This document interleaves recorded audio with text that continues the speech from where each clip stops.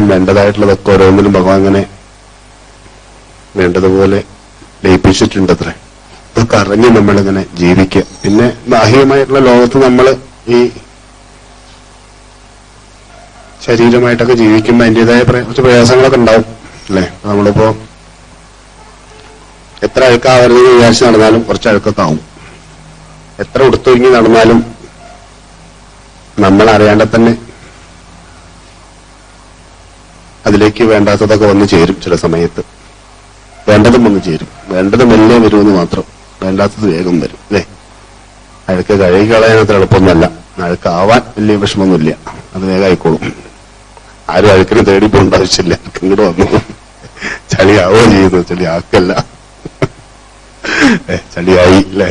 അപ്പൊ ചളി ആവാതിരിക്കാൻ നമ്മൾ ശ്രദ്ധിക്കുക വേണം. നമ്മൾ ശ്രദ്ധിക്കണം. എപ്പോഴും പറയും, നമ്മളിപ്പോ ഒരു മരത്തിന്റെ മുകളിലേക്ക് കയറുകയാണെങ്കിൽ മരത്തിനെ വിശ്വസിച്ചിട്ട് നമ്മൾ മരത്തിന്റെ മുകളിൽ കയറി കഴിഞ്ഞാൽ ചിലപ്പോ മുഴുവൻ കയറാൻ സാധിച്ചോളുന്നില്ല.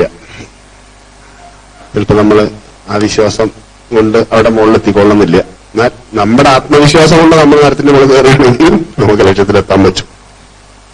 അപ്പോ നമ്മുടെ ഉള്ളിലുള്ളതായ ആ ഉണർവ് തന്നെയാണ് നമ്മുടെ ഉയരങ്ങളിൽ എത്തിക്കുക, നമ്മുടെ ജീവിതത്തിലെ ഉയരങ്ങളിലേക്ക് എത്തിക്കുന്നത്.